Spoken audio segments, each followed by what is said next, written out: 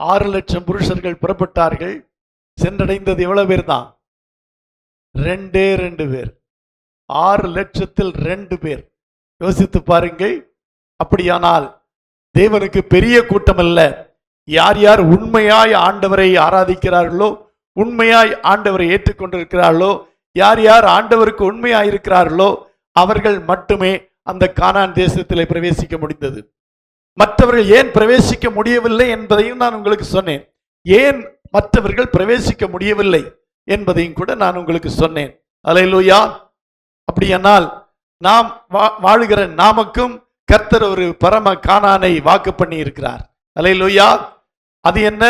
யோவான் எழுதின சுவிசேஷம் 14ஆம் அதிகாரம் 1, 2, 3 வசனங்களை வாசிக்கலாம். உங்கள் இருதயம் கலங்காதிருப்பதாக தேவனிடத்தில் விசுவாசமாயிருங்கள், என்னிடத்திலும் விசுவாசமாயிருங்கள். என் பிதாவின் வீட்டில் அநேக வாசஸ்தலங்கள் உண்டு.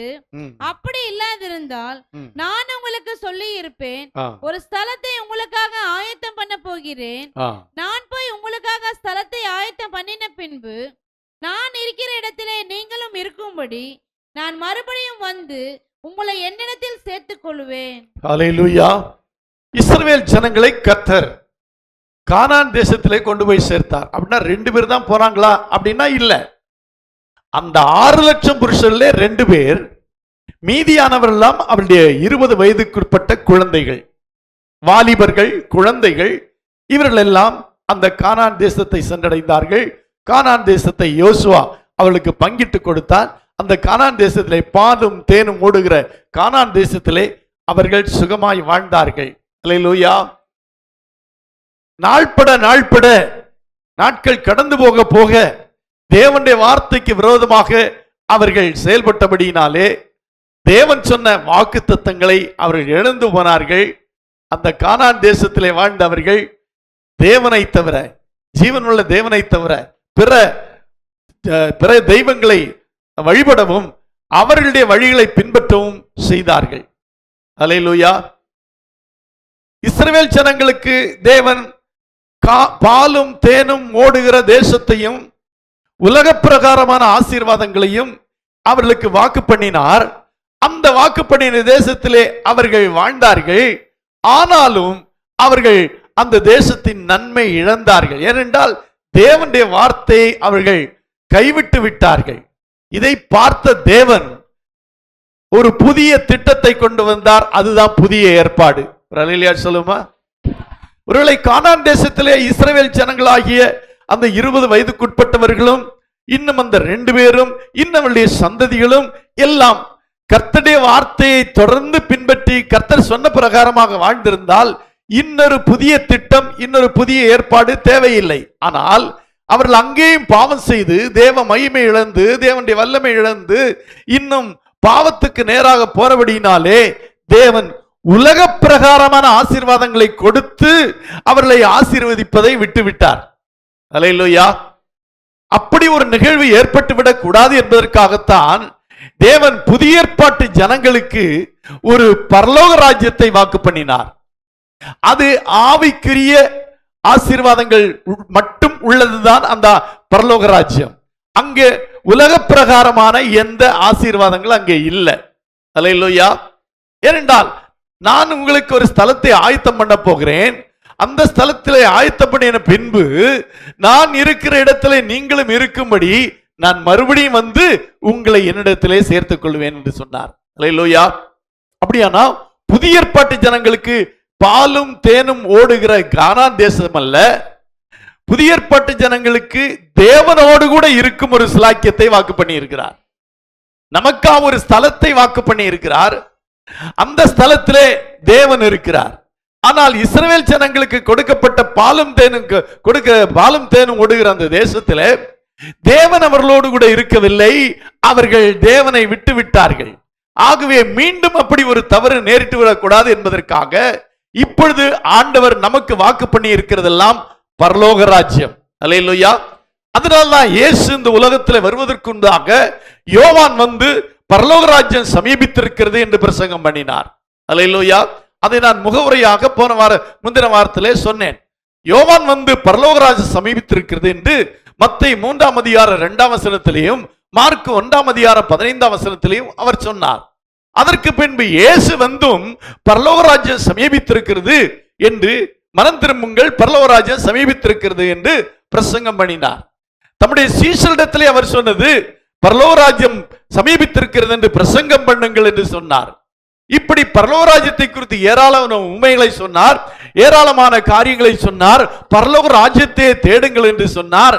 உயிர்த்தெழுந்த பின்பும் அவர் பரலோக ராஜ்யத்தை குறித்து மட்டும் பேசினார். அல்லேலூயா. அப்படியானா புதிய ஏற்பாட்டு ஜனங்களாகிய நமக்கு பாலும் தேனும் ஓடுகிற தேசம் அல்ல, ஒரு பரலோக ராஜ்யத்தை வாக்கு பண்ணி இருக்கிறார். அல்லேலூயா, அல்லேலூயா. ஆனால் அந்த பரலோக ராஜ்யத்துக்கு நாம் போக வேண்டுமானால் என்ன செய்யணும் அப்படிங்கிறதை ஆண்டவர் சொல்லி இருக்கிறார். அல்லேலூயா. இஸ்ரவேல் ஜனங்கள் கானான் தேசத்தில் பிரவேசிப்பதற்கு சில நிபந்தனைகளை சொல்லி இருந்தார். அந்த நிபந்தனைகளுக்கு உட்படாமல் போனவர்கள் எல்லாரும் அந்த வனாந்தரத்திலே மரித்து போனார்கள். அல்லேலூயா, அல்லேலூயா. ஆண்டவர் எல்லாவற்றையும் ஒரு காரணத்தோடு செய்கிறார். நன்றாய் புரிந்து கொள்ள வேண்டும். முதல் ஜனங்கள் பாவம் செய்து அக்கிரமம் பெருகின போது தேவன் இந்த உலகத்தை அழிக்கும் ஒரு திட்டத்தை கொண்டு வந்தார். ஜலத்தினாலே இந்த உலகத்தை அழிக்கும்படியான ஒரு திட்டத்தை தேவன் கொண்டு வந்தார். அப்பொழுது கொண்டு வந்த திட்டத்தின்படியாக நீதிமானாய் வாழ்ந்த லோத்தும் அவனுடைய குடும்பமும் மாத்திரம் பாதுகாக்கப்பட்டார்கள். அல்லேலூயா. ஒரு பேழை உண்டு பண்ண சொன்னார். அந்த பேழையிலே யார் பிரவேசிக்கலாம் என்று ஆண்டவர் ஒரு நிபந்தனை விதைத்தார். அல்லேலூயா. நன்றா புரிந்து கொள்ளுங்க. உலகமெல்லாம் கெட்டு குட்டிச்சவராகிவிட்டது. எல்லாரும் பாவம் செய்து விட்டார்கள். அக்கிரமம் பெருகினது என்று கண்டபோது எல்லாவற்றையும் அழிக்க தேவன் திட்டம் செய்தார். ஆனால் அந்த அழிவிலிருந்து காக்கும்படியாக ஒரு பேழை உண்டு பண்ண சொன்னார். ஆனால் அந்த பேழையிலே யார் பிரவேசிக்க வேண்டும் என்பதை தேவன் தான் தீர்மானம் பண்ணினார். அல்லேலூயா சொல்லுமா. அல்லேலூயா. ஜனங்கள் எல்லாரும் மனம் போல வாழ்ந்தவர்கள் எல்லாம் வந்து அந்த பேழையிலே பிரவேசித்துக் கொள்ளலாம் என்று ஆண்டவர் சொல்லவில்லை. அந்த நாட்களிலே யார் யார் கர்த்தருக்கு பிரியமாய் வாழ்ந்தார்களோ, யார் யார் நீதிமான்களாய் வாழ்ந்தார்களோ அவர்கள் மட்டும்தான் அந்த பேழையிலே பிரவேசிக்க முடிந்தது. அதுதான் வேதம் சொல்லியிருக்க. ஆதியாகமம் 6:18 நீயும் உன் குமாரரும் உன் மனைவியும் குமாரின் மனைவிகளும் அந்த பேழைக்குள் பிரவேசிங்கள் என்று சொன்னார். அல்லேலூயா. ஏனென்றால் நோவாவுக்கோ கர்த்தருடைய கண்களே தயவு கிடைத்தது. நோவா அந்நாட்களை வாழ்ந்த மனிதர்களே நீதிமான்களாய் வாழ்ந்தான். ஆகவே நோவாவையும் அவனுடைய குடும்பத்தையும் தேவன் உண்டாக்கின பேழையிலே பிரவேசிக்கும் அனுமதியை கொடுத்தார். அல்லேலூயா. ஏனென்றால் 7:1 சொல்லப்பட்டிருக்கிறது, கர்த்தர் நோவாவை நோக்கி நீயும் உன் வீட்டார் அனைவரும் பேழைக்குள் பிரவேசியுங்கள், பேழைக்குள் பிரவேசியுங்கள், இந்த சந்ததியில் உன்னை எனக்கு முன்பாக நீதிமானாய் கண்டேன். அல்லேலூயா. பேழை ரட்சிக்கும்படியாக ஜனங்களையும் ஆடு மாடுகள் மிருகங்கள் பறவைகளை எல்லாம் காத்துக்கொள்ளும்படியாக பேழை உண்டு பண்ணினாலும் பேழையிலே பிரவேசித்த மனிதர்கள் யார் என்றால் தேவனுக்கு முன்பாக நீதிமானாய் கண்டவர்கள். அவர்கள் மட்டும்தான் அந்த பேழைக்குள் பிரவேசிக்க முடிந்தது. அதாவது என்ட்ரி ரெஸ்ட்ரிக்டட் அப்படின்னு ஒரு போர்டு வச்சிருப்பாங்க. யார் அதிலே பிரவேசிக்கலாம், பாஸ் வைத்திருப்பாங்க, மட்டும்தான் அதில் பிரவேசிக்கலாம் என்று சொல்லுவார்கள். அதே போல இங்கே யார் பிரவேசிக்கலாம் என்று தேவன் முடிவு செய்தார் என்றால் அன்றைக்கு வாழ்ந்தவர்களே நீதிமானாய் கண்டவர்களாகிய அந்த லோத்துவும் அந்த நோவாவும் அவனுடைய குடும்பம் மட்டும் அதுல என்ன பிரவேசிக்க தேவன் அனுமதி கொடுத்தார். அல்லேலூயா, அல்லேலூயா. அவனோடு கூட அடுத்த வசனம் சொல்லி இருக்குது, அவனோடு கூட அவன் குமாரரும் அவனுடைய மனைவிமார்களும் பிரவேசித்தார்கள் என்று சொல்லப்பட்டிருக்கிறது. அல்லேலூயா. அதே மாதிரி அதற்கு பின்பு தேவன் ஆசரிப்பு கூடாரத்தை உண்டு பண்ணினார். அந்த ஆசரிப்பு கூடாரத்துக்குள்ளேயும் யார் பிரவேசிக்கலாம் என்று ஆண்டவர் தான் முடிவு செய்தார். அல்லேலூயா, அல்லேலூயா. அப்படியானால் தேவன் ஏற்படுத்துகிற எல்லா திட்டங்களிலும் யார் பிரவேசிப்பது என்கிற முடிவை தேவன் தான் எடுக்கிறார். அல்லேலூயா சொல்லுமா. அல்லேலூயா, அல்லேலூயா. கானான் யாத்திரையிலும் யார் கானானிலே பிரவேசிக்கலாம் என்று முடிவு செய்தது ஆண்டவர் தான். நோவா பேழை உண்டு பண்ணின போதும் பேழையிலே யார் பிரவேசிக்கலாம் என்று முடிவு செய்தது ஆண்டவர் தான். அதே போலதான் இந்த பரலோக ராஜ்யத்திலும் யார் பிரவேசிக்கலாம் என்று முடிவு செய்தது ஆண்டவர் தான். அல்லேலூயா சொல்லுமா. நாம ஏன் சபைக்கு வருகிறோம், ஏன் தேவனை ஆராதிக்கிறோம், ஏன் நம்ம இந்த வேதத்தை நம்புகிறோம் என்றால் அதனுடைய அல்டிமேட் எய்ம், அதாவது கடைசி எய்ம் என்ன அப்படின்னா பரலோகத்துக்கு போகணும், அவ்வளவுதான். அல்லேலூயா. இந்த உலகத்திலே நமக்கு ஆண்டவர் சில ஆசீர்வாதங்களை கொடுக்கிறார். ஆனால் உண்மையான நோக்கம் என்னவென்றால் நம்ம எல்லாம் எங்க போனோம்? யாருக்கு பரலோகம் போறதுக்கெல்லாம் ஆசை? அப்பவும் கொஞ்சம் பேருக்கு ஆசை இல்லை. ஹலோ,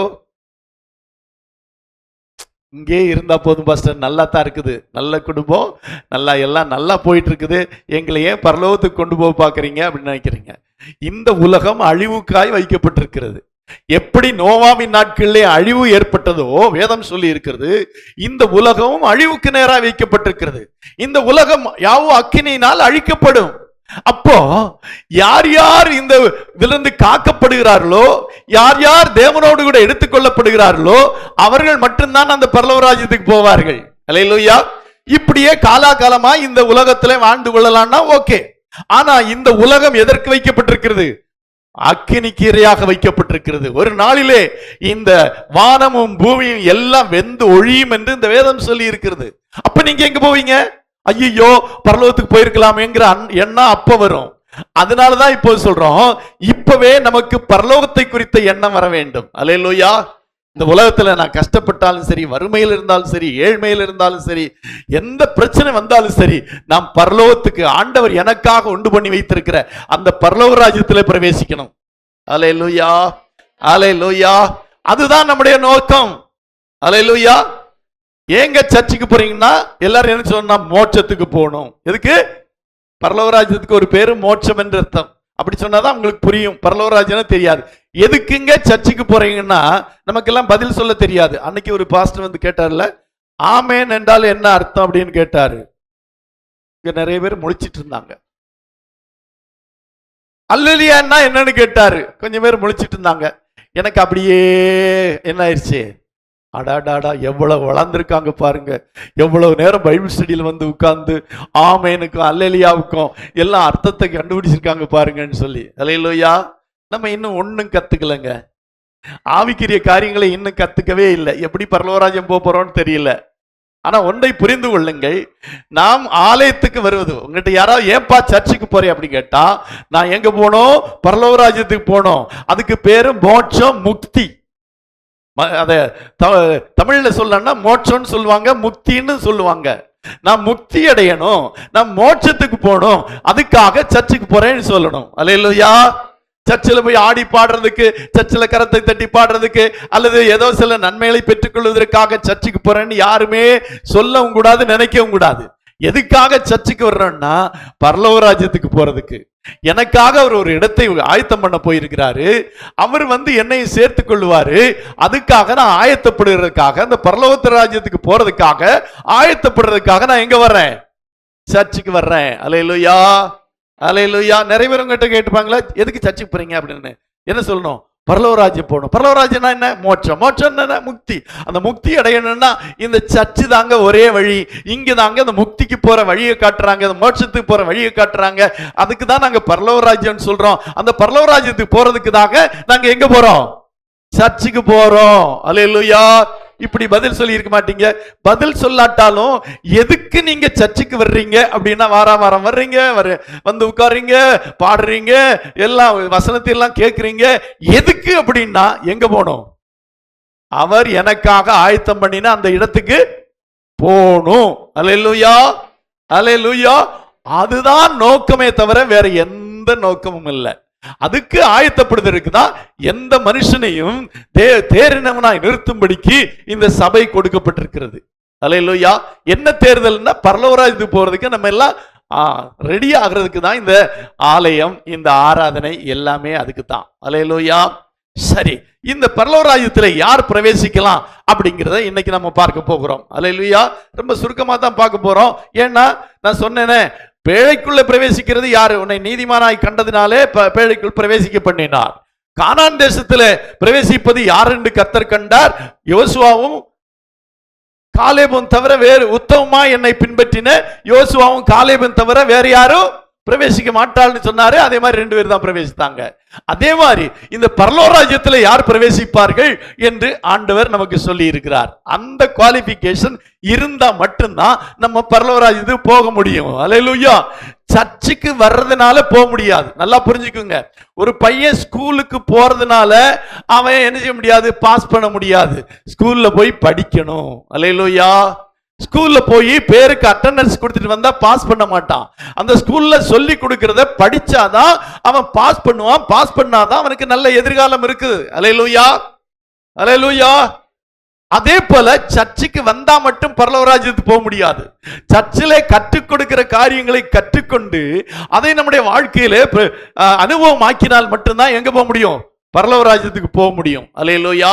ஏராளமான வசனங்கள் இருக்கிறது. சில வசனங்களை மட்டும் நான் சொல்லி, இப்படி இருந்தாதான் பரலோக ராஜ்யத்துக்கு போக முடியும். அல்லேலூயா.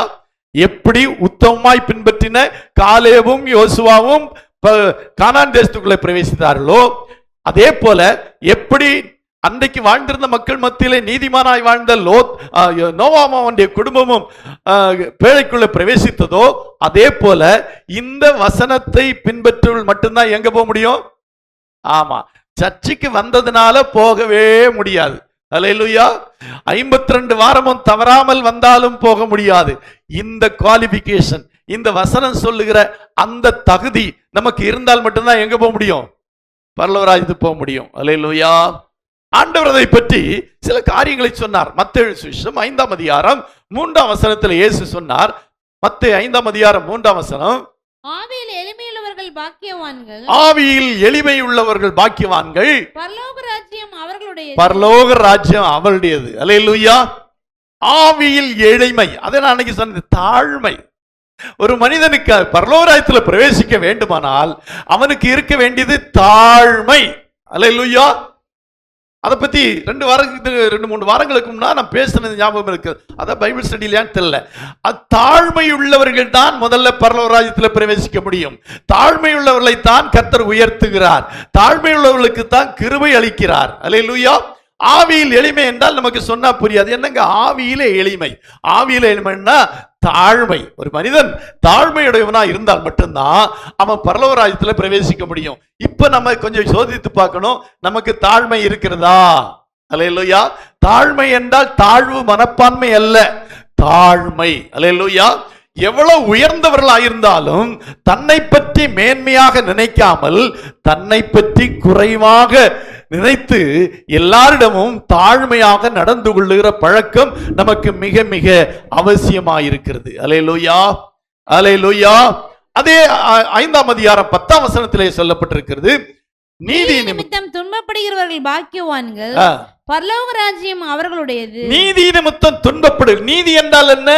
தேவனுடைய வார்த்தை. இதுதான் நீதி. உலகத்துல வேற எங்கேயும் போய் நீங்க நீதியை தேட முடியாது. நீதி நிமித்தம் துன்பப்படுகிறவர்கள் பாக்கியவான்கள். இப்ப அருமையான சௌராஜ் அஜய்குமார் சாட்சி சொன்னாரு. ஆமா, அந்த தேசத்துல எங்களை உபத்திரவப்படுத்தினாங்க, அங்க உபத்திரவம் தாங்க முடியல, என்னுடைய பிள்ளைகளை படிக்க வைக்க முடியல, ஆகவே நான் எங்க வந்து விட்டேன்? தமிழ்நாட்டுக்கு வந்து விட்டேன் என்று சொன்னார். அல்லேலூயா. ஆனால் வேதம் சொல்லி இருக்கிறது, நீதி நிமித்தம், இந்த வேத வசனத்தின் நிமித்தம், தேவனுடைய வார்த்தை நிமித்தம் துன்பப்படுகிறவர்கள் பாக்கியவான்கள். அவர்கள் எங்கே போவார்கள்? பரலோக ராஜ்யம் அவர்களுடையது. அல்லேலூயா. நீதி நிமித்தம் நம்ம துன்பப்படணும். அல்லேலூயா. நீதி நிமித்தம் சந்தோஷமாய் வாழ்ந்து கொண்டிருக்க முடியாது. நீதி நிமித்தமாக, தேவ வசனத்தின் நிமித்தமாக நம்ம துன்பப்பட்டால் என்ன? நம்ம பரலோக ராஜ்யம் யாருடையதா இருக்கிறது? நம்முடையதா இருக்கிறது. நம்ம ஏதாவது ஆண்டவர் நிமித்தமாக ஏதாவது துன்பத்திற்குள்ளாக நம்ம ஆயிருக்கிறோமா? கொஞ்சம் யோசித்து பாருங்க. வட இந்தியாவிலே பல துன்பங்கள் நடந்து கொண்டிருக்கிறது, தமிழ்நாட்டிலே பரவாயில்லை. ஆனா ஏதாகிலும் ஆண்டவருடைய வசனத்து நிமித்தமாக துன்பப்பட்டிருக்கிறோமா? நாம் துயரம் அடைந்திருக்கிறோமா? ஏதோ பாடுகளை சகித்திருக்கிறோமா? வேதம் சொல்லி இருக்கிறது, ஒருவன் கிறிஸ்தவன் ஆயிருப்பது நிமித்தமாக பாடுபட்டால் தேவனை என்ன செய்வான்? தேவனிடத்திலே சந்தோஷமா இருக்க கடவன் என்றால் அவனுடைய பிரதிபலன் அதிகமாக இருக்கிறது என்று வேதம் சொல்லி இருக்கிறது. அப்படியானால் வசனத்து நிமித்தமாக அல்ல தேவனை ஏற்றுக்கொண்டது நிமித்தமாக, ஆண்டவரை ஏற்றுக்கொண்டது நிமித்தமாக, இந்த சத்தியத்தை ஏற்றுக்கொண்டது நிமித்தமாக நாம் ஏதாயிலும் துன்பப்பட்டிருப்போமானால் நம்ம பாக்கியவான்களாக இருப்போம். சில தேசத்துல சில ஊர்கள் எல்லாம் கிறிஸ்தவனாலே வீடு கூட வாடகைக்கு கொடுக்கறது இல்லை. அல்லேலூயா. அப்படி வாடகை வீட்டுக்கு நீ கிறிஸ்தவன் உனக்கு வீடு இல்லைன்னு சொன்னா நீ பாக்கியவான். அல்லேலூயா. அது ஒரு துன்பம் தானே. கிறிஸ்தவனா இருப்பதினாலே, வசனத்தை ஏற்றுக்கொண்டதினாலே அது உனக்கு ஏற்பட்ட ஒரு துன்பம். அல்லேலூயா. நீங்க வேறு மதத்திலிருந்து ஆண்டவரை ஏற்றுக்கொண்டு ஆண்டவருக்குள்ளே வந்திருக்கிறீங்க. நீங்க இந்த ஆண்டவரை ஏற்றுக்கொண்டதுனால இனிமே நீங்க எங்க குடும்ப நல்லது கெட்டதுக்கெல்லாம் நீங்க வரக்கூடாது அப்படின்னு சொல்லிட்டாங்கன்னு வைப்போம். அது நீதி நிமித்தம் துன்பப்படுதல். அல்லேலூயா. எங்க அம்மா எனக்கு ஞாபகம் இருக்கிறது. அந்த சிறு வயதுல அந்த காட்சி இன்றைக்கு என் கண் முன்னாலே ஏற்றுக்கொள்ள முடியல. என்னுடைய அம்மா ஒரு ஆவிக்குரிய சபையிலே போய் ஞானஸ்தானம் எடுத்துக்கொண்டு அவர்கள் வீட்டுக்கு வந்தபோது என்னுடைய அப்பா கேட்டார், ஹல்லேலூயா, எங்க போன? இப்படி போனேன். அங்க என்ன செஞ்ச? ஞானஸ்தானம் எடுத்தேன் அப்படின்னு சொன்ன உடனே எங்க அப்பா அப்படி ஒரு அரைஞ்சாரு. பார்க்கணும். அரைஞ்ச உடனே அந்த காதுல என்ன போட்டிருப்பாங்க? அப்பெல்லாம் பெரிய தொங்கட்டாம் போட்டிருப்பாங்க. அது அந்து விழுந்து போயிட்டு காது அருந்துருச்சு. அதை என்னுடைய கண் முன்னால நான் இன்னைக்கு பார்த்துட்டு இருக்கேன். கண் முன்னால எனக்கு வருது. எனக்கு சின்ன வயசு தான். ஆனால் அந்த துன்பத்தை கிறிஸ்துவ நிமித்தம், தேவன் நிமித்தமாக, ஆண்டவரை ஏற்றுக்கொண்டது நிமித்தமாக அவள் துன்பத்தை அனுபவித்தார்கள். அல்லேலூயா. இப்படி எல்லாம் ஆண்டவர் நிமித்தமாக ஏதாவது ஒரு துன்பத்தை அனுபவித்திருந்தால் பரலோக ராஜ்யம் நம்முடையது. அல்லேலூயா. அல்லேலூயா. லூக்காவின் சுவிசேஷம் 6ஆம் அதிகாரம் 20ஆம் வசனத்திலே இவ்விதமாய் சொல்லி இருக்கிறது, தரித்திரராகிய நீங்கள்.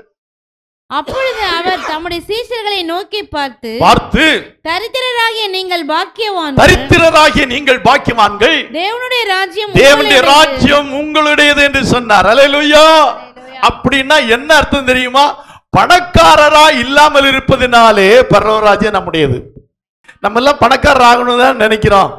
பணம் இருக்கணும், நல்லா அதை செய்யணும், இதை செய்யணும், அப்படி வாங்கணும், இப்படி வாங்கணும், அவனை மாதிரி இருக்கணும், இவனை மாதிரி இருக்கணும் அப்படின்னு எல்லாம் நினைக்கிறோம்ல. அல்லேலூயா.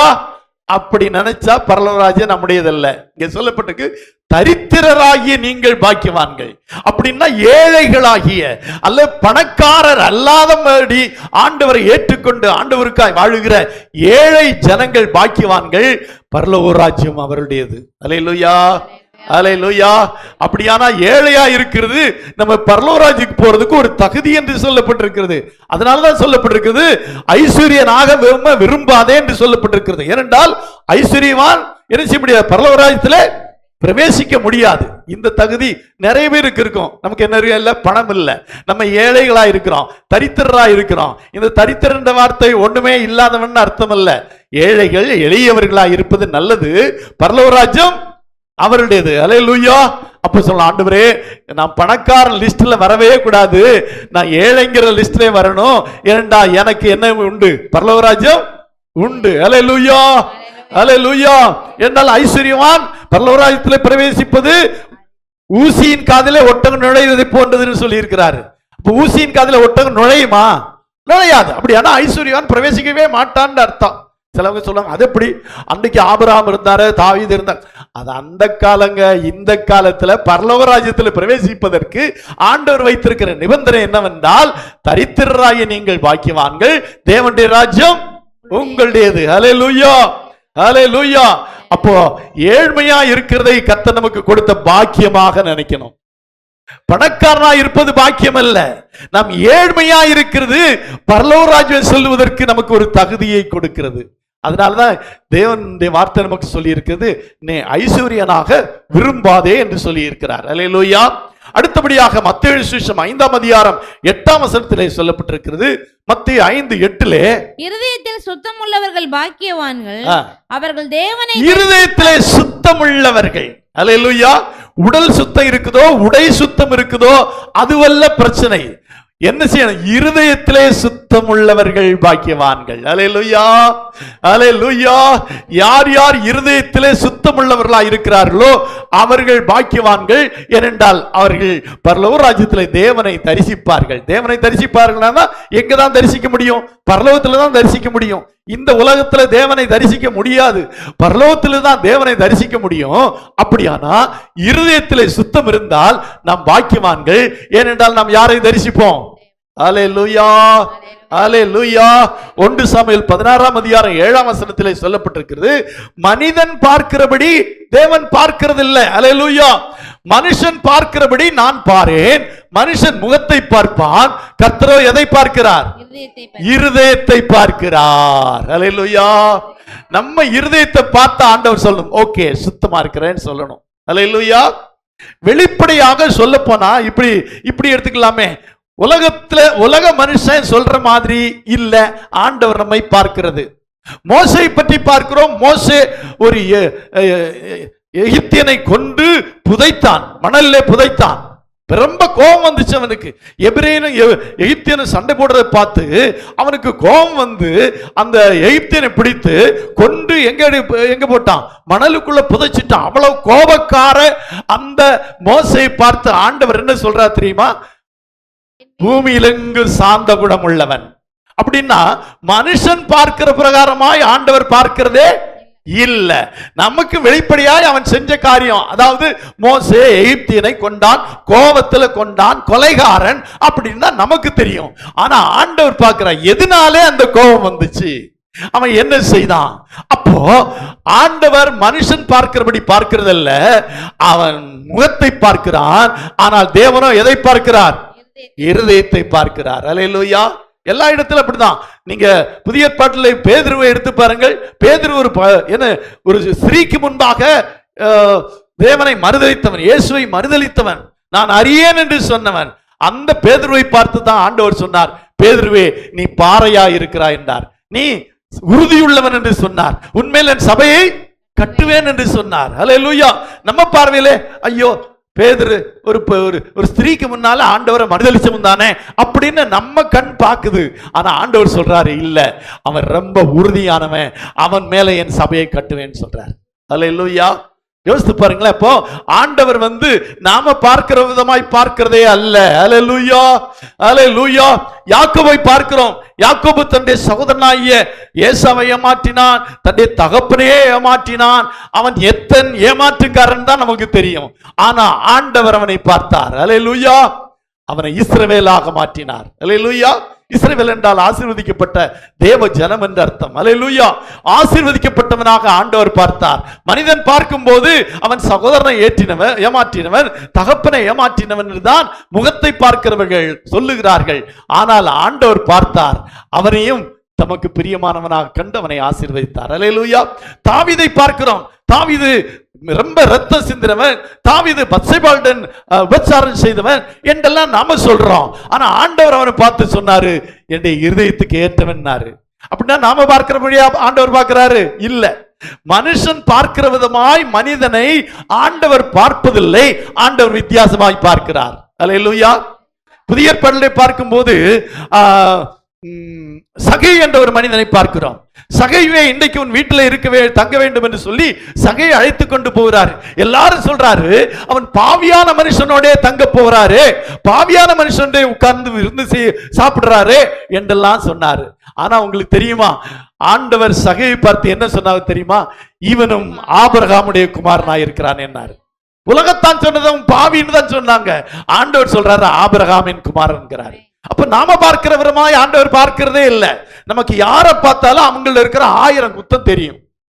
உச்சந்தலை முதல் உள்ளங்கால் வரை என்னென்ன குற்றம் இருக்குதோ அதெல்லாம் நம்முடைய கண்களில் தெரியும்.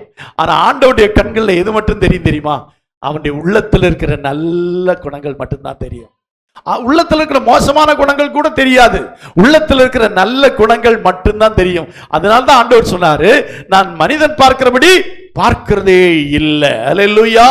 ஆண்டவர் வித்தியாசமாய் பார்க்கிறார். சரி இருக்கட்டும். இங்க நம்ம பார்த்த இருதயத்தில் சுத்தமுடையவர்கள் பாக்கியவான்கள், பரலோக ராஜ்யம் அவருடையதுன்னு சொன்னார். அல்லேலூயா.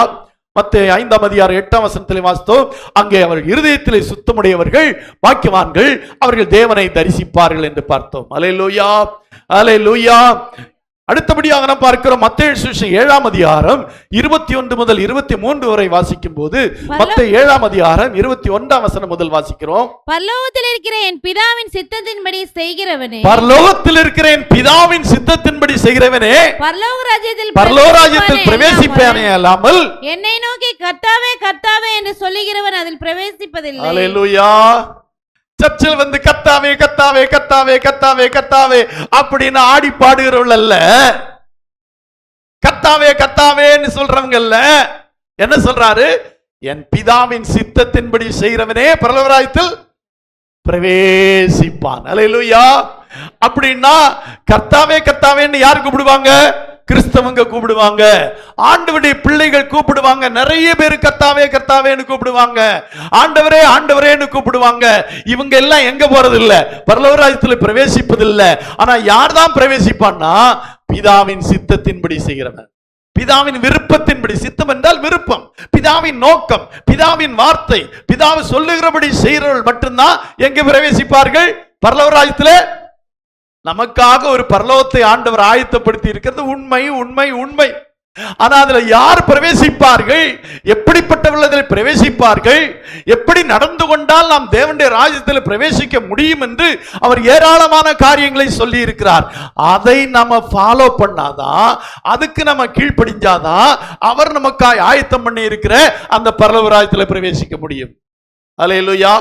இல்லாவிட்டா பிரவேசிக்கவே முடியாது. அல்லேலூயா அல்லேலூயா. பிதாவின் சித்தத்தின்படி செய்கிறவனே அல்லாமல் வேற யாரும் பிரவேசிக்க மாட்டார்கள். அடுத்த வசனத்தை வாசிக்கலாம். அந்நாளில் அநேகர் என்னை நோக்கி கர்த்தாவே கர்த்தாவே, உமது நாமத்தினாலே தீர்க்க தரிசனம் உரைத்தோம் அல்லவா, உமது நாமத்தினாலே பிசாசுகளை துரைத்தினோம் அல்லவா, உமது நாமத்தினாலே அநேக அற்புதங்களை செய்தோம் அல்லவா என்பார்கள். அப்பொழுது நான் ஒரு காலம் உங்களை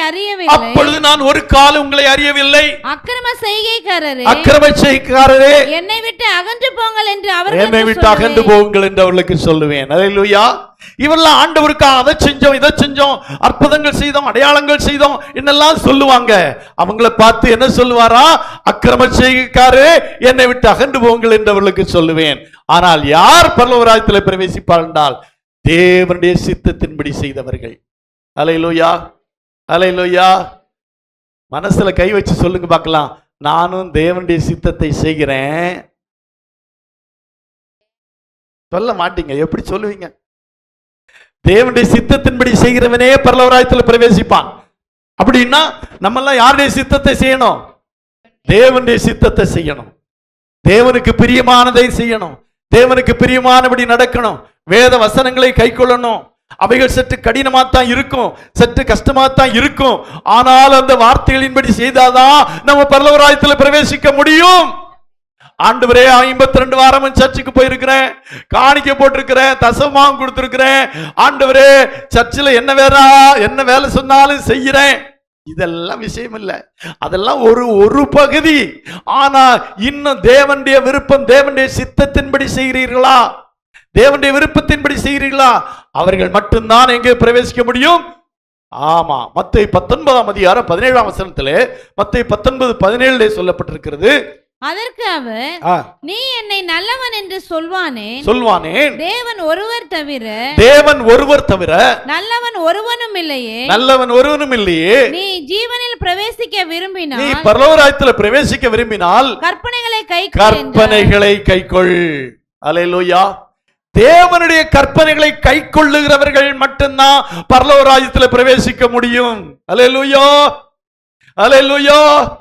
எவ்வளவு நன்மைகள் உனக்கு செய்திருந்தாலும், ஆண்டவருடைய வாழ்க்கையில அற்புதத்தையே செய்திருந்தாலும், உயிரையே திரும்ப கொடுத்திருந்தாலும், தேவைப்பட்ட பணத்தை எல்லாம் கொடுத்திருந்தாலும், தேவையான ஆசீர்வாதங்களை எல்லாம் கொடுத்திருந்தாலும், நீங்கள் நித்திய ஜீவனிலே பிரவேசிக்க விரும்பினால் தேவனுடைய கற்பனைகளை கைக்கொள்ளணும். அல்லேலூயா. தேவனுடைய கற்பனைகளை கைக்கொள்ளாவிட்டா யாருமே பரலோக ராஜ்யத்தில் பிரவேசிக்க முடியாது. அல்லேலூயா அல்லேலூயா. தேவனுடைய கற்பனைகளை கைக்கொள்ளுறோமா? கொஞ்சம் யோசித்து பாருங்க. தேவனுடைய கற்பனைகள் ஆண்டவர் நமக்கு எழுதி கொடுத்திருக்கிறார். இது ஒன்றும் பெரிய விஷயம் அல்ல, இது ஒன்றும் பெரிய கஷ்டமான பாரமான காரியம் அல்ல, எளிதான காரியத்தை தான் சொல்லி இருக்கிறாரு. நம்ம பார்வையில தான் அது ரொம்ப கஷ்டமா தெரியுது. ஆனா உண்மையிலேயே அது நம்மால் கூடும். தேவனுடைய கற்பனைகளை கைக்கொள்ளுகள் மட்டும்தான் தேவனுடைய ராஜ்யத்திலே பிரவேசிப்பார்கள். அல்லேலூயா. மத்தேயு 19ஆம் அதிகாரம் 29ஆம் வசனத்திலே சொல்லி இருக்கிறது. அதே 19:29 என் நாமத்தை நிமித்தம் வீட்டையாவது சகோதரரையாவது சகோதரிகளையாவது தகப்பனையாவது தாயையாவது மனைவியாவது பிள்ளைகளையாவது நிலங்களையாவது விட்டவன் எவனோ அவன் நூறத்தனையாய் அடைந்து நித்திய ஜீவனையும் சுதந்திரித்துக் கொள்ளுவான். அல்லேலூயா. அந்த நித்திய ராஜ்யத்துக்கு நம்ம போகணும்னா, அந்த பரலோக ராஜ்யத்துக்கு நம்ம போகணும்னா என்ன செய்யணும்? சில காரியங்களை இழக்க வேண்டியது வரும். அல்லேலூயா. சில காரியங்களை இழந்தா மட்டும்தான் நம்ம தேவனுடைய ராஜ்யத்தில் பிரவேசிக்க முடியாது, சுதந்திரித்துக் கொள்ள முடியும். இந்த உலகத்தை ஒரு கையில பிடித்துக் கொண்டு பரலோகராஜ்யத்தை இன்னொரு கையில பிடித்துக் கொண்டு நம்ம பரலோகராஜ்யத்துக்கு போக முடியாது. இந்த உலகத்திலே சில கஷ்டங்கள், பாடுகள், இழக்க வேண்டிய சில காரியங்கள் உண்டு, சில கஷ்டங்கள் உண்டு, சில பாடுகள் உண்டு. இங்கே சில வேளையிலே உறவினர்களை இழக்க வேண்டியதாகும், சில வேளையிலே பிள்ளைகளை இழக்க வேண்டியதாகும், சில வேளை நிலங்களை இழக்க வேண்டியதாகும். எதையா இழந்தாதான் நம்ம பரலோகராஜ்யத்துக்கு போக முடியும். அல்லேலூயா சொல்லுமா. நம்ம ஆண்டவருக்காக எதை இழந்திருக்கிறோம் சொல்லி பார்க்கலாம். நம்ம என்னத்தை இழந்திருக்கிறோம்? நம்ம இழந்த சரித்திரமே இல்லை. ஆண்டவரே இன்னும் வேணும் வேணும்னு வாங்கி பெற்றுக் கொள்கிறோமே தவிர கிறிஸ்துவுக்காக இழந்திருக்கிறோமா? யோசித்து பாருங்க. எதையாவது தேவனுக்காக இழந்திருக்கிறோமா? ஆண்டவர் சொல்றாரு, என் நாமத்தின் நிமித்தம் வீட்டையாவது சகோதரிகளையாவது தகப்பனையாவது தாயாவது மனைவியாவது பிள்ளைகளையாவது நிலங்களையாவது விட்டவன் எவனோ அவன்தான் நித்திய ஜீவனை சுதந்திரித்துக் கொள்வான். அல்லேலூயா. எதையாவது இழக்காம எதை ஒன்று பெற்றுக்கொள்ள முடியாது. ஆர்க்கிமெடிஸ் தத்துவம் அதுதான். ஒன்றை இழக்காமல் இன்னொன்றை பெற்றுக்கொள்ள முடியாது. அல்லேலூயா. இப்போ ரயில் இப்போ வேகமாய் ஓடிக்கொண்டிருந்தது. இப்பதானே கரண்ட் வந்துருச்சு. அப்போ நீராவி என்ஜின் தண்ணியை ஊத்துவாங்க, தண்ணி கொதிச்சு ஆவியா போய் என்ஜின் சுத்தும். அப்ப தண்ணி ஆவி ஆனாதான் ஒன்றை இழக்குது, தண்ணி கொஞ்சத்தை இழக்குது, அது ஆவி ஆனாதான் என்ன ஆகும்? என்ஜின் போகும். அல்லேலூயா. அதுக்கு பிறகு நிலக்கரி வந்தது. மரத்தை வெட்டிட்டு வந்து கரியாக்கி அதை போடுவாங்க. அது சாம்பலாகும் போது, எரிந்து சாம்பலாகும் போதுதான் என்ன செய்யுது? ட்ரெயின் போகுது. ஒன்றை இழக்காமல் இன்னொன்றை பெற்றுக்கொள்ள முடியாது. அல்லேலூயா. நிச்சயமாக அப்படிதான். அது மாதிரி ஆண்டவருக்காக நம்ம எதையாவது இழக்க முன் வர வேண்டும். அல்லேலூயா. என் வாழ்க்கையிலே நான் ஆண்டவருக்காக இதை இழந்திருக்கிறேன், என் உறவுகளை இழந்திருக்கிறேன், என் வீட்டை இழந்திருக்கிறேன், நிலத்தை இழந்திருக்கிறேன், என் சொத்துக்களை இழந்திருக்கிறேன், பல காரியங்களை ஆண்டவருக்காக இழந்திருக்கிறேன் என்றால் நீங்கள் பாக்கியவான்கள். அல்லேலூயா. நீங்கள் நூறத்தினாய் அடையவும் செய்வீங்க, நித்திய ஜீவனை சுதந்திரித்துக் கொள்வீங்க. அல்லேலூயா. அல்லேலூயா. அப்போ இவங்க தான் எங்க போக முடியும்? பரலோக ராஜ்யத்துக்கு போக முடியும். இந்த ஆயத்தமாயிருந்தவர்கள், இதைத்தான் மத்தேயு 25ஆம் அதிகாரம் 10ஆம் வசனத்திலே சொல்லப்பட்டிருக்கிறது. ஆயத்தமாயிருந்தவர்கள் அவரோடு கூட கல்யாண வீட்டுக்குள் பிரவேசித்தார்கள். அது இந்த பரலோக ராஜ்யத்தின் ஊமையாக ஆண்டவர் சொன்னார். 10 கன்னிகைகள், 5 கன்னிகைகள் புத்தியுள்ளவர்கள், 5 கன்னிகைகள் புத்தி இல்லாதவர்கள். 5 புத்தி இல்லாத கன்னிகளிலே விளக்கிலே எண்ணெய் குறைந்து போயிற்று. அல்லேலூயா. அவர்கள் எண்ணெய் வாங்க போய்விட்டார்கள். அப்பொழுது மணவாளன் வந்து விட்டார். மணவாளன் வந்த போது யார் யார் இந்த எண்ணெயை தங்களுடைய விளக்கு எரிந்து கொண்டிருந்ததோ அவர்கள் மணவாளனோடு கூட கல்யாண வீட்டுக்குள் பிரவேசித்தார்கள். அதைத்தான் சொல்லி இருக்கிறது. 25:10 என்ன சொல்லி இருக்கிறது? அப்படியே அவர்கள் வாங்க போன போது மணவாளன் வந்து விட்டார். ஆயத்தமாயிருந்தவர்கள் அவரோட கூட கல்யாண வீட்டுக்குள் பிரவேசித்தார்கள். அல்லேலூயா. அது எதுக்காக சொல்லப்பட்டிருக்கிறது? அந்த கல்யாண வீடு எது? அதுதான் பரலோக ராஜ்யம். அல்லேலூயா. இது பரலோக ராஜ்யத்துக்கு அடுத்த ஓமையத்தான் ஆண்டவர் இப்படி சொல்றாரு. அப்படின்னா ஆயத்தமா இருந்தா மட்டும்தான் பரலோக ராஜ்யத்தில் பிரவேசிக்க முடியும். அல்லேலூயா.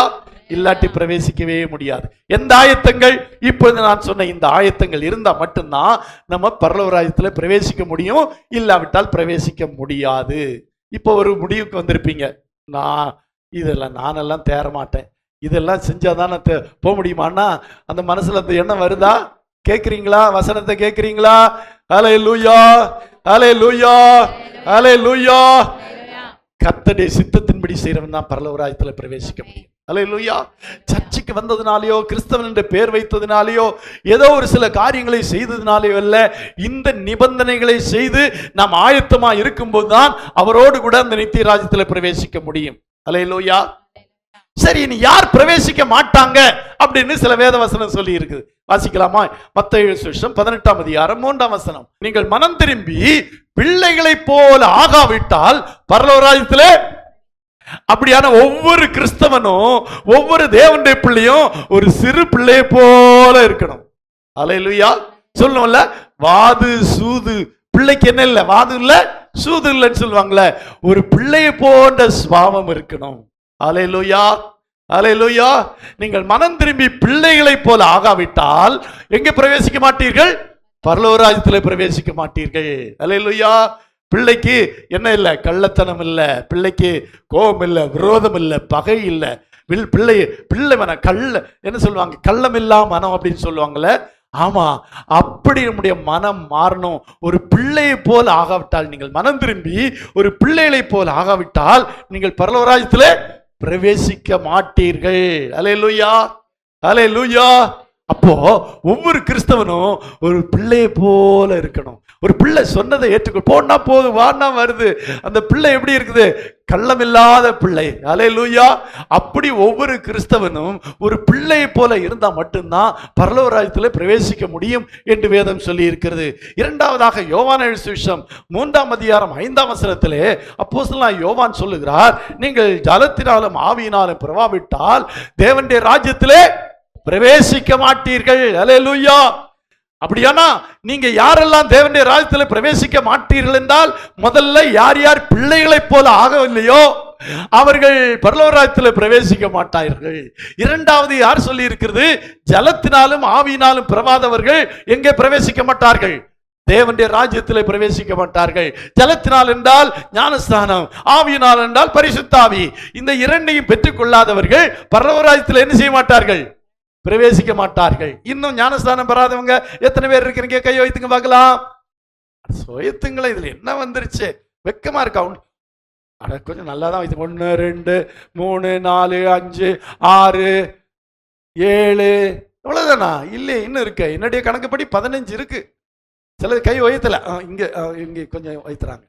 ஆமா, மறுபடியும் பிறவாவிட்டால், அல்லேலூயா, அதாவது ஜலத்தினால ஆவியினாலும் பிறவாவிட்டால் தேவனுடைய ராஜ்யத்துல பிரவேசிக்க மாட்டீர்கள். எத்தனை பேர் இந்த பரிசுத்தாவின் அபிஷேகத்தை பெற்றுக்கொள்ளல? பரிசுத்தாவை பெற்றுக்கொள்ளாதவங்க கை வைத்துங்க பார்க்கலாம். என்ன பாஸ்டர் கையே சொல்லிட்டு இருக்காரு? இங்க யாருங்க எல்லாரும் பரிசுத்தாவை பெற்றீங்களோ?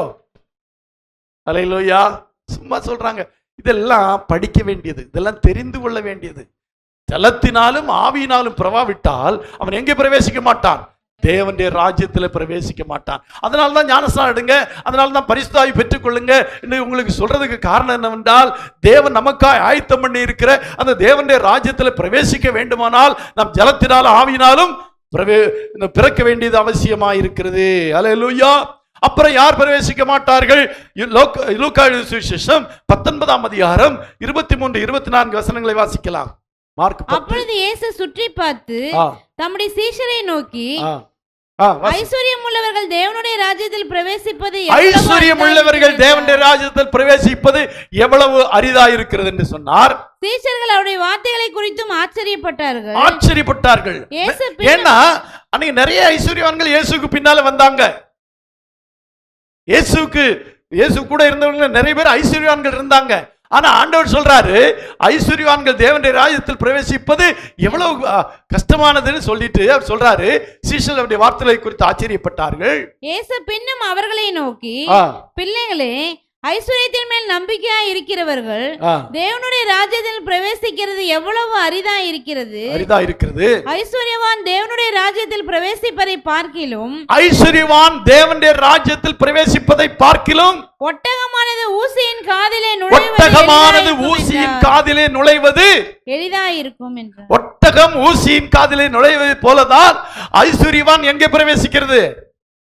இப்ப அப்பா நான் ஐஸ்வர்யானா இல்லாதனால பரவாயில்ல, ஒரு குவாலிபிகேஷன் எனக்கு வந்துருச்சு, நான் ஐஸ்வர்யான் இல்ல, என்ன ஐஸ்வர்யானா இருந்தா பரலோகத்துல பிரவேசிக்க முடியாது அப்படின்னு நீங்க நினைக்கிறீங்களே, அதுதான் இங்க சொல்லப்பட்டிருக்கு. அப்படியானால் ஐஸ்வர்யான் தேவனுடைய ராஜ்யத்திலே பிரவேசிப்பதில்லை.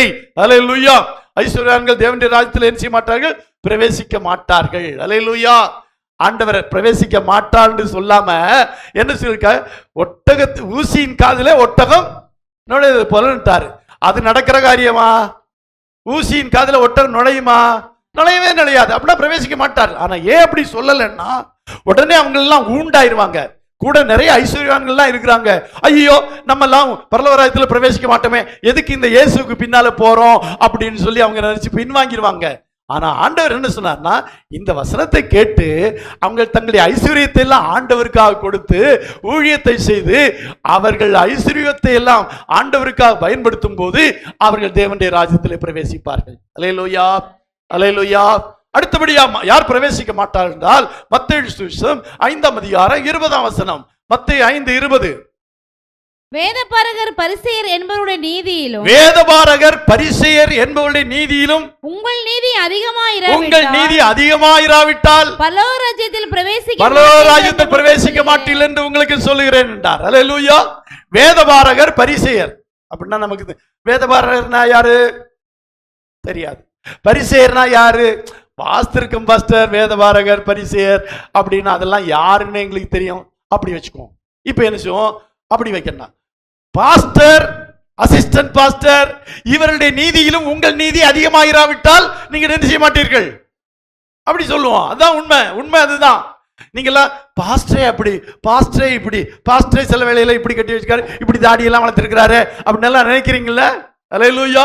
சில தாடி வச்ச பாஸ்டர் பார்க்கும்போது, சில முடியை இப்படி வெட்டிருக்க பாஸ்டர், சில இப்படி எல்லாம் பாஸ்டர் பார்க்கும்போது, பாஸ்டரை விட நான் பரவாயில்ல, நான் அப்படி எல்லாம் தாடி வைக்கல, இப்படி எல்லாம் ட்ரெஸ் பண்ணல, பாஸ்டரை விட பரவாயில்லன்னு நினைக்கிறீங்களே. ஆண்டவர் என்ன சொல்றா தெரியுமா? பாஸ்டர், அசிஸ்டன்ட் பாஸ்டர் என்பவருடைய நீதியிலும் உங்கள் நீதி அதிகமாக இராவிட்டால் நீங்கள் எங்க பிரவேசிக்க மாட்டீர்கள். அப்படின்னா பாஸ்டரோட உங்களை கம்பேர் பண்ணாதீங்க. அல்லேலூயா. ஆண்டவரோட கம்பேர் பண்ணுங்க. அல்லேலூயா. அவர்களை விட உங்கள் நீதி, நீங்கள் செய்கிற உங்களுடைய நடக்கை அதை விட நன்றா இருந்தாதான் நீங்க எங்க பிரவேசிக்க முடியும்? பரலோக ராஜ்யத்துல பிரவேசிக்க முடியும். அல்லேலூயா. பாஸ்டர் அப்படி சொல்றாரு, பாஸ்டர் இப்படி செய்யறாரு, அதெல்லாம் இல்ல. அவர்களை விட உங்கள் நீதி எப்படி இருக்கணும்? அதிகமா இருக்க வேண்டும். லூக்கா சுவிசேஷம் 9ஆம் அதிகாரம் 62ஆம் வசனத்தை வாசிக்கும் போது, லூக்கா 9ஆம் அதிகாரம் 62ஆம் வசனம். அதற்கு இயேசு, கலப்பையின் மேல் தன் கையை வைத்து பின்னிட்டு பார்க்கிற எவனும், கலப்பையின் மேல் கை வைத்து பின்னிட்டு பார்க்கிற எவனும் தேவனுடைய ராஜ்யத்திற்கு தகுதியுள்ளவன் அல்ல என்று சொன்னார். அல்லேலூயா. அப்படின்னா என்ன? கலப்பையின் மேல் கை வைத்து விட்டு பின்னிட்டு பார்க்கிறவனும் தேவனுடைய ராஜ்யத்திற்கு தகுதியுள்ளவன் அல்ல. அப்படியானால் ஆண்டவரை தெரிந்து கொண்ட பின்பு நம்முடைய பழைய வாழ்க்கையை நோக்கி பார்ப்போமானால், பழைய வாழ்க்கைக்கு போவோமானால் நம் தேவனுடைய ராஜ்யத்துக்கு தகுதி உள்ளவன் அல்ல. அல்லேலூயா. கலப்பை முன்னாலேயே பார்க்க வேண்டியது. கலப்பை உழுகிறவன் முன்னாடி தான் பார்க்கணும், பின்னாடி பார்த்தான்னா வாழ்க்கை போயிடும். அதனால முன்னோக்கி செல்லுகிறவன், முன்னாடியே பார்க்கிறவன் தான் தேவனுடைய ராஜ்யத்தில் பிரவேசிக்க முடியும் என்று ஆண்டவர் சொல்லுகிறார். அவனுக்கு தான் தகுதி இருக்கிறது என்று சொல்லுகிறார். அடுத்தபடியாக எபேசியர் 5ஆம் அதிகாரம் 5ஆம் வசனத்தை வாசிப்போம். விபச்சாரக்காரனாவது, அசுத்தனாவது, விக்கிரகாராதனைக்காரனாகிய பொருளாசைக்காரனாவது தேவனுடைய ராஜ்யமாகிய கிறிஸ்துவின் ராஜ்யத்தில் சுதந்திரமடைவதில்லை என்று அறிந்திருக்கிறீர்களே. அப்படின்னா விபச்சாரக்காரன், அசுத்தன், விக்கிரக ஆராதனைக்காரன், பொருளாசைக்காரன் இவர்கள் எல்லாம் எதிலே பிரவேசிப்பதில்லை? தேவனுடைய ராஜ்யத்திலே பிரவேசிப்பதில்லை. அல்லேலூயா, அல்லேலூயா. இந்த குணங்கள் இருக்கிறவர்கள் எங்கே பிரவேசிக்க முடியாது? தேவனுடைய ராஜ்யத்தில் பிரவேசிக்க முடியாது. அல்லேலூயா. 1 கொரிந்தியர் 6ஆம் அதிகாரம் 9 முதல் 12 வரை வாசிக்கும் போது, 1 கொரிந்தியர் 9:12 இதெல்லாம் விவரித்து சொல்ல வேண்டும். ஆனா இதெல்லாம் சுருக்கமாக சொல்லிக் கொண்டிருக்கிறேன். 1 கொரிந்தியர் 6ஆம் அதிகாரம் 9ஆம் வசனத்திலிருந்து வாசிக்கலாம். அநியாயக்காரர் தேவனுடைய ராஜ்யத்தை சுதந்திரிப்பதில்லை என்று அறியீர்களா? அநியாயக்காரர் தேவனுடைய ராஜ்யத்தை சுதந்திரிப்பதில்லை. அப்படியானா எவனொருவன் அநியாயம் செய்கிறானோ அவன் தேவனுடைய ராஜ்யத்தில் பிரவேசிக்கவே மாட்டான். அல்லேலூயா. அதனால தேவனுடைய பிள்ளைகள் ஒரு காலம் ஒரு காரியத்திலும் அநியாயம் செய்யக்கூடாது என்பதற்கு காரணம் என்னவென்றால், அநியாயக்காரர் தேவனுடைய ராஜ்யத்தை என்ன செய்யறதில்ல, சுதந்திரிக்கிறது இல்லவே இல்லை. கீழே வாசிக்கலாம். வஞ்சிக்கப்படாதிருங்கள். வேசி வேசி மார்க்கத்தார், விக்கிர ஆராதனைக்காரர், விபச்சாரக்காரர், சுயபுணர்ச்சிக்காரர், ஆண் புணர்ச்சிக்காரர், திருடர், பொருளாசைக்காரர், வெறியர், உதாசீனர், கொள்ளைக்காரர் தேவனுடைய ராஜ்யத்தை சுதந்திரிப்பதில்லை. ஒரு பெரிய லிஸ்ட் இருக்கு, ஒரு பெரிய லிஸ்ட். இவர்கள் யாரும் தேவனுடைய ராஜ்யத்தை என்ன செய்யறது இல்ல, சுதந்தரிப்பதில்லை. கொஞ்சம் நோட் பண்ணிட்டு போய் அல்ல ஞாபகம் வச்சுட்டு இதெல்லாம் கொஞ்சம் வீட்டில் போய் வாசித்து பாருங்களேன். அல்லேலூயா, அல்லேலூயா. அதனால இவைகள் இருக்கிறவர்கள் என்ன செய்ய மாட்டாங்க, தேவனுடைய ராஜ்யத்தில் பிரவேசிக்க மாட்டார்கள். அல்லேலூயா, அல்லேலூயா. சங்கீதத்தின் புத்தகம் 22ஆம் அதிகாரம் 4ஆம் வசனத்திலே வாசிக்கிறோம். சங்கீதம் 22:4. எங்கள் பிதாக்கள் உம்மிடத்தில் நம்பிக்கை வைத்தார்கள். அதான் கைகளில் சுத்தமுள்ளவனும் உத்தமனாய் நடந்து நீதியை நடப்பித்து மனதார சத்தியத்தை பேசுகிறவன் தானே. மனதார சத்தியத்தை பேசுகிறவன் யார் கர்த்தருடைய பிரவேசத்தில் வாசம் பண்ணுவான். யார் கர்த்தருடைய ராஜ்யத்தில் பிரவேசிப்பான் அல்லது அங்கே வாசம் பண்ணுவான் என்றால், இங்கே சொல்லப்பட்டிருக்கிறது கைகளில் அவன் தன் நாவினால் புறங்கூறாமல் தன் தோழனுக்கு தீங்கு செய்யாமல் தன் அயலான் மேல் சொல்லப்படும் நிந்தையான பேச்சை எடுக்காமலும் இருக்கிறான். ஆமா, நிந்தையான பேச்சை எடுக்காமலும் இருக்கிறான். அவன் தான் என்ன செய்வான், கர்த்தருடைய ராஜ்யத்தில் இருப்பான். அல்லேலூயா. இப்படி சில சத்தியங்கள் சொல்லப்பட்டிருக்கிறது. இதெல்லாம் விரிவா சொன்னா தான் உங்களுக்கு புரியும். விரிவா சொன்னா இன்னைக்கு மத்தியானம் சாப்பாடு இருக்காது, நீங்க இங்கதான் இருக்கணும். ஆனா சுருக்கமா சொல்லி இருக்கிறேன். இதெல்லாம் தேவனுடைய வார்த்தை மட்டும்தான் சொல்லி இருக்கிறேன். வார்த்தைக்கெல்லாம் விளக்கம் சொல்றது எனக்கு வழக்கமும் கிடையாது. வார்த்தைக்கு விளக்கம் சொன்னேன்னா நான் என்னுடைய இருதயத்திலிருந்து உங்களுக்கு சொல்லிடுவேன். ஆனா தேவனுடைய வார்த்தையை தான் உங்களுக்கு சொல்லி கொண்டிருக்கிறேன். யார் தேவனுடைய ராஜ்யத்தில் பிரவேசிப்பார்கள், யார் தேவனுடைய ராஜ்யத்தில் பிரவேசிக்க மாட்டார்கள். நமக்காக ஒரு இடத்தை ஆயத்தம் பண்ண போயிருக்கிறார் ஆண்டவர். அவர் நம்மையும் அவரோடு கூட இருக்கும்படியாய் சேர்த்துக்கொண்டு நாம் பரலோகராஜ்யத்தில் பிரவேசிக்க வேண்டுமானால் முதல்ல சொல்லப்பட்ட யார் தேவனுடைய ராஜ்யத்தில் பிரவேசிப்பார்கள் என்ற லிஸ்ட கொஞ்சம் பாருங்க. அதுல நம்ம பேர் இருக்கா, அப்படி நம்ம நடந்திருக்கிறோமா என்று பாருங்கள். யார் பிரவேசிக்க மாட்டார்கள், இந்த இப்ப யாரெல்லாம் பிரவேசிக்க மாட்டார்கள் என்று நாம் பார்த்தோமோ அப்படி நம்ம நடக்காம இருந்தா நம்ம பரலோகராஜ்யத்தில் பிரவேசிக்கலாம். ரெண்டையும் சொல்லிட்டேன். யார் பிரவேசிப்பார்கள், யார் பிரவேசிக்க மாட்டார்கள் என்ற ரெண்டையும் சொல்லிட்டேன். இதெல்லாம் வேத வசனம் தான் சொல்லுதே தவிர நான் எதையுமே சேர்த்து சொல்லல, எதையுமே குறைச்சு சொல்லல. வேத வசனம் எப்படி சொல்லி இருக்குன்னு சொல்றேன். அல்லேலூயா. இந்த வேத வசனங்கள் உங்களுக்குள்ளாய் கிரியேட் செய்யணும். நீங்க ஏதோ சர்ச்சுக்கு வந்தோம் போனோம் அப்படின்னு இல்லாம, எதுக்கு சர்ச்சுக்கு வரணும்னா நான் பரலோக ராஜ்யத்துக்கு போகணும், நான் ஆண்டவரோடு கூட போகணும், அந்த நித்திய ராஜ்யத்திலே இருக்கணும், அந்த நித்திய ஜீவனை பெற்றுக்கொள்ளணும், என்றென்னைக்கு அவரோடு கூட இருக்கும்படியா இந்த உலகத்தில் இருக்கிற எல்லா துன்பங்கள் துயரங்கள் எல்லாவற்றையும் கர்த்தர் எடுத்து போட்டு என்னை அவரோடு கூட வைத்துக் கொள்ளணும். அதுக்காக நான் சர்ச்சுக்கு போறேன். அதுக்காக நான் சர்ச்சுக்கு போனா மட்டும் போதாது, இதை செய்யணும், இதை செய்யக்கூடாது, இதை செஞ்சா போவேன், இதை செய்யாட்டி போக மாட்டேன். அப்படின்னா நான் இதை செஞ்சாதான் பரலோக ராஜ்யத்துக்கு போவேன், அல்லது இதையெல்லாம் செய்யக்கூடாதுன்னு ஆண்டவர் சொல்லி இருக்கிறாரோ அதையெல்லாம் நான் செய்ய மாட்டேன் அப்படின்னு நீங்க உறுதியாக தீர்மானம் எடுத்து செயல்பட்டு அதை கை கொண்டால் மட்டும்தான் பரலோக ராஜ்யத்தில் பிரவேசிக்க முடியும். அல்லேலூயா, அல்லேலூயா. ஆமா, எல்லாரும் பரலோக ராஜ்யத்துக்கு போக முடியாதுங்க. அதுதான் சொல்லப்பட்டிருக்கு. ஆயத்தமாய் இருந்தவர்கள் அவரோடு கூட கல்யாண வீட்டுக்குள் பிரவேசித்தார்கள். யார் ஆயத்தமாய் இருந்தவர்கள், யாரெல்லாம் பிரவேசிப்பார்கள் என்று சொன்னோமோ, ஆவியில் எளிமையுள்ளவர்கள், நீதி நிமித்தம் துன்பப்படுகிறவர்கள், இருதயத்தில் சுத்தமுடையவர்கள், இன்னும் பிதாவின் சித்தத்தின்படி செய்கிறவர்கள், கற்பனைகளை கைக்கொள்ளுகிறவன், தேவனுடைய ராஜ்யத்தின் நிமித்தம் எதையாவது இழந்தவர்கள், ஆயத்தமாய் இருந்தவர்கள் மட்டும்தான் கல்யாண வீட்டிலே பிரவேசிக்க முடியும். அல்லேலூயா. நீங்கள் மனம் திரும்பி பிள்ளைகளை போல ஆகாவிட்டால் தேவனுடைய ராஜ்யத்தில் பிரவேசிக்க முடியாது. ஜலத்தினாலும் ஆவியினாலும் பிரவாவிட்டால் தேவனுடைய ராஜ்யத்தில் பிரவேசிக்க முடியாது. ஐஸ்வர்யம் உள்ளவர்களாக இருந்தால் தேவனுடைய ராஜ்யத்தில் பிரவேசிக்க முடியாது. வேதபாரகர் பரிசேயர் என்பதில் நீதி அதிகமாக இராவிட்டால் நீங்கள் பிரவேசிக்க முடியாது. கலப்பையிலே கை வைத்து விட்டு பின்திரும்பி பார்த்தால் தேவனுடைய ராஜ்யத்தில் பிரவேசிக்க முடியாது. விபச்சாரக்காரனும் வேசித்தனக்காரனும் அதிலே பிரவேசிக்க முடியாது. அநியாயக்காரர்கள் திருடர்கள் அதிலே பிரவேசிக்க முடியாது. இன்னும் சொல்ல போனால் நம்ம அந்த லிஸ்டிலே சொல்லப்பட்டிருக்கிற அந்த காரியங்கள், அல்லேலூயா, அப்படிப்பட்டவர்கள் தேவனுடைய ராஜ்யத்தில் பிரவேசிக்க முடியாது. அப்ப இன்றைக்கு ஒரு தீர்மானத்தை எடுத்துக்கொள்ளும். நான் பிரவேசிக்கணும்னா எதையெல்லாம் செய்யணும்னு இருக்குதோ அதை நான் செய்யணும். எதையெல்லாம் செய்யக்கூடாதுன்னு சொல்றாங்களோ அதை நான் செய்யக்கூடாது. அல்லேலூயா, அல்லேலூயா. இதை உறுதியாய் தெரிந்து கொள்ளுங்கள். இதுக்காகத்தான் நம்ம சர்ச்சுக்கு வர்றோம். இதுக்கு வசனங்களை எல்லாம் கேட்டு கேட்டு நம்மளை ஆயத்தப்படுத்தி, ஆயத்தமாயிருந்தவள் அவளோடு கூட பிரவேசித்தாள் என்று சொல்லப்பட்டிருக்கிறபடி நானும் ஆயத்தமா இருந்து அவருடைய வருகையிலே அவரோடு கூட பிரவேசிக்கணும். எத்தனை பேருக்கு அவரோடு கூட அந்த ராஜ்யத்தில் பிரவேசிக்க ஆசை? ஹல்லேலூயா, ஹல்லேலூயா. மிகுந்த சந்தோஷம். எல்லாருக்கும் அந்த ஆசை இருக்கிறது, எல்லாருக்கும் அந்த விருப்பம் இருக்கிறது. ஆனா விருப்பம் மட்டும் போதாது. இந்த எதையெல்லாம் செய்யணும்னு சொல்லியிருக்கோ அதையெல்லாம் செய்யணும், எதையெல்லாம் செய்யக்கூடாதுன்னு சொல்லியிருக்கிறதோ அதையெல்லாம் செய்யக்கூடாது. அப்படி இருந்தா நம்ம அவரோடு கூட பரலோக ராஜ்யத்துக்கு செல்லுவோம். ஹல்லேலூயா. எல்லாரும் முழங்காற்படியிட்டு ஒரு தீர்மானத்தை எடுப்போம். இத்தனை வருடங்கள் இவ்வளவு பாடுகள் மத்தியிலே ஆலயத்துக்கு வர்றோம், ஆண்டவரை தேடுறோம். எதுக்கு ஆண்டவரை தேடுறோம்? அவரோடு கூட என்றென்றைக்கு இருக்க. அவர் ஆயத்தம் செய்திருக்கிறதான அந்த வீட்டுல, அந்த கைவேலை இல்லாத நித்திய வீட்டில் இருப்பதற்காக நம்ம ஆலயத்துக்கு வர்றோம். ஏதோ சில நன்மைகளுக்காக ஆண்டவர் எனக்கு அதை செய்யணும், இதை செய்யணும், அதை செஞ்சாரு, இதை செஞ்சாரு, அதுக்காக வரல. அது ஆண்டவர் அவ்வப்போது நம்முடைய துன்பத்திலே, துக்கத்திலே, வியாதியிலே, பிரச்சனையின் மத்தியிலே நமக்கு உதவி செய்கிறார். அதுக்காக நம்ம வரல.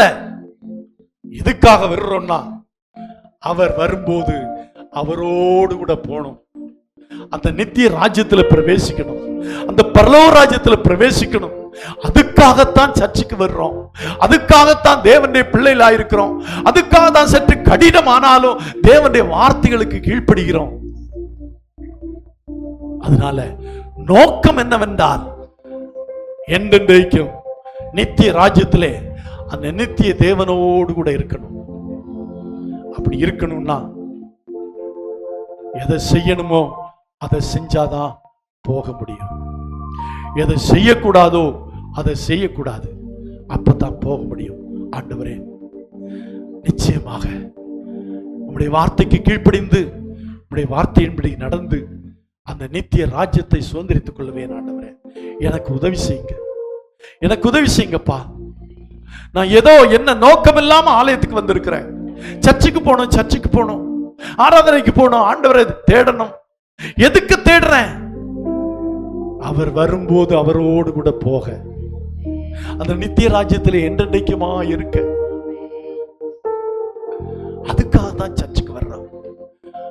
அது மட்டும் நடக்கலன்னா நம்ம சர்ச்சுக்கு வந்தது வீண், காணிக்கை போட்டது வீண், தசமாம் கொடுத்தது வீண், ஆண்டவருக்காக உழைச்சது வீண்.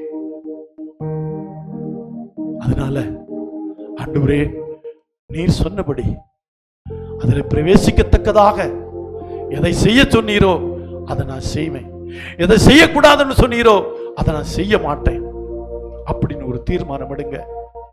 கர்த்தர் உங்களுக்கு உதவி செய்வார். நம்ம எல்லாரும் அவரோடு கூட அந்த நித்திய ராஜ்யத்திலே காணப்படணும். எங்களை நேசிக்கிற நல்ல பிதாவே, இந்த காலை வேளைக்காக நாங்கள் உமக்கு நன்றி செலுத்துகிறோம். கர்த்தாவே, இந்த காலை வேளையிலே பரலோக ராஜ்யத்தில் பிரவேசிப்பதற்கு நாங்கள் என்ன செய்ய வேண்டும் என்று சொன்னீரோ அதை செய்ய நாங்கள் ஆயத்தமா இருக்கிறோம். அதை செய்து உம்மோடு கூட பிரவேசிக்க நாங்கள் விரும்புகிறோம். கர்த்தாவே, அந்த விருப்பத்தை நிறைவேற்றத்தக்கதாக எங்களுக்கு எண்ணங்களையும் சிந்தைகளையும் செயல்களையும் எங்களுடைய வாழ்க்கையில தரும்படியாக நாங்கள் ஜெபிக்கிறோம். அந்த பரலோக ராஜ்யத்தில் பிரவேசிப்பதற்கு என்னென்ன காரியங்கள் செய்யக்கூடாதோ அதையெல்லாம் நாங்கள் செய்யாதபடி எங்களை கர்த்தரே நீர் பாதுகாத்துக் கொள்ளும். அவையிலிருந்து எங்களை விலக்கி பாதுகாத்துக் கொள்ளும். ஆண்டவரே, நாங்கள் என்றென்றைக்கும் உம்மோடு கூட இருக்க விரும்புகிறோம். எங்களை உம்மோடு கூட சேர்த்துக்கொள்ளும் நாளிலே நாங்கள் இந்த மகிழ்ச்சி அடையத்தக்கதாக வந்திருக்கிற ஒவ்வொரு பிள்ளைகளுக்கு உதவி செய்யும்.